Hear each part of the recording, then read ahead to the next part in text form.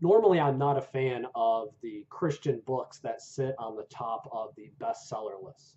But The Five Love Languages by Gary Chapman is one bestseller that deserves its long run on those lists. And I would recommend this book to every engaged or married couple. Pick up a copy and take Dr. Chapman's advice on love to heart. The premise of the five love languages, which some of you watching this I'm sure already know, is that we all give and receive love in different ways. The way you receive love is your love language. And most likely you give love to others by using the same love language that you use to receive love. Chapman's book examines what he has found to be the five most common love languages.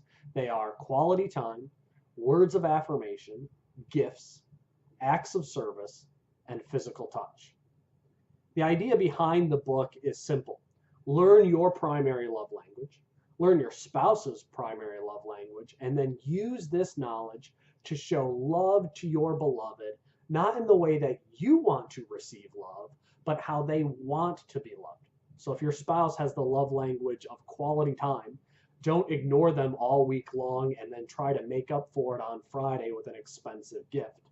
To someone whose love language is quality time, that gift at the end of the week may feel like an insult, like you're trying to buy their love with a quick gift. You love someone with a love language of quality time by spending quality time with them. This simple advice is invaluable, and it empowers a couple to both give and receive love in a way that communicates care and devotion to the recipients. I love this book, especially as a pastor, because most couples who are neck deep in struggles in marriage, most couples who are preparing to tie the knot with a wedding, they have too much on their plate to read through an entire book. They have too many appointments on their calendar to finish a long work from beginning to end. The five love languages is refreshingly brief. And you don't even need to read the entire book to reap the benefits of the information inside. Learn your love language by taking Dr. Chapman's quiz. Read the first 3 chapters to understand the importance of keeping your love tank full and your spouse's love tank full. Read the chapters on your top love language and your mate's top love language.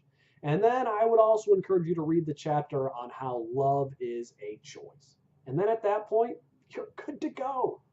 I love what Chapman says at the end of his chapter on how love is a choice. The same is true with love.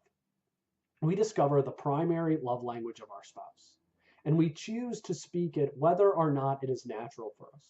We are not claiming to have warm, excited feelings. We want to meet our spouse's emotional need, and we read out to speak his love language. In doing so, his emotional love tank is filled, and chances are he will reciprocate and speak our language. When he does, our emotions return and our love tank begins to fill. Love is a choice, and either partner can start the process today. And I encourage you to start the process today to loving your spouse. And Dr. Chapman's book, The Five Love Languages, will help you to make educated decisions on how to love your spouse in a way that they understand and can see and feel and grasp. So if you haven't read The Five Love Languages, grab a copy this week, take the quiz with your mate, and start speaking your beloved's love language.